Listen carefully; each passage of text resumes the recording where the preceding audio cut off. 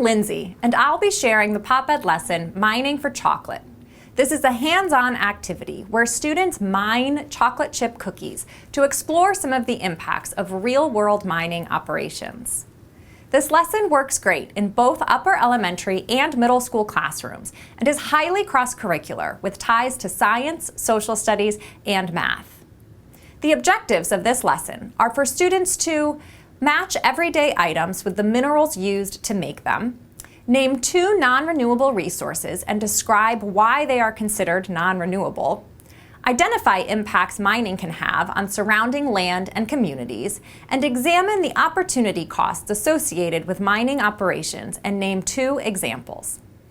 Mining for Chocolate is divided into 2 parts. You'll just need the provided student worksheet for part 1. For part 2, you'll need hard chocolate chip cookies. Or, if you prefer not to use food in your classroom, you can follow our simple recipe for a non-food cookie.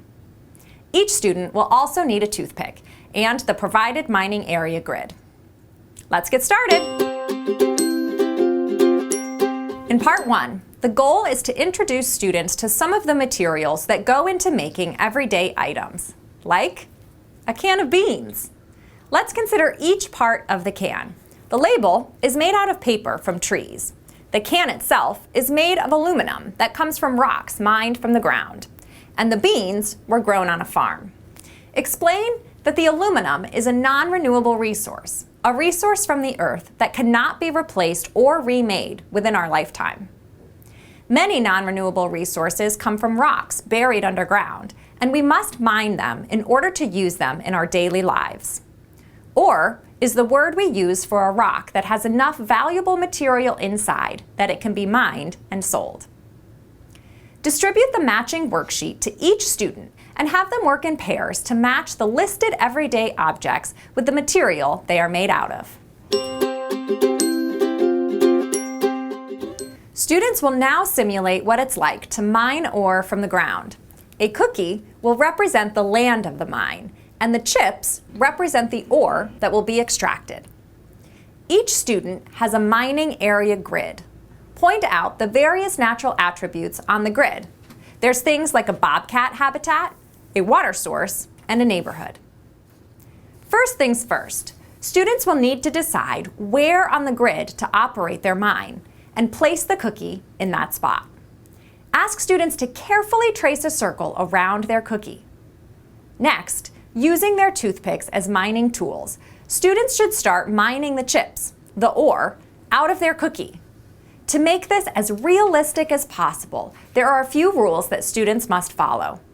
Just like in real life, their mine can't be lifted up. It must stay flat on the table.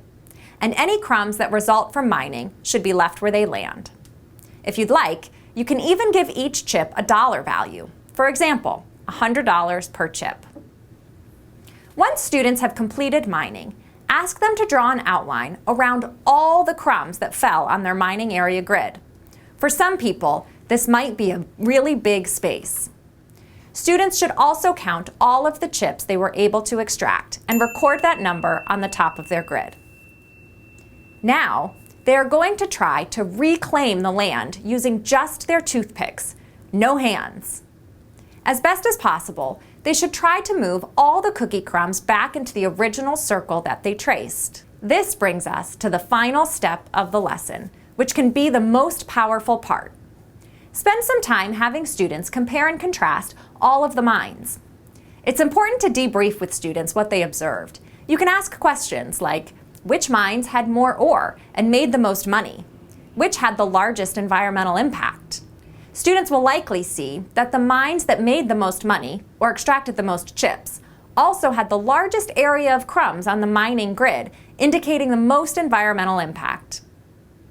You can relate the simulation to real life by asking students to consider real-life examples of how mines might impact some of the things on the grid, like a water source, a nearby community, or a wildlife habitat.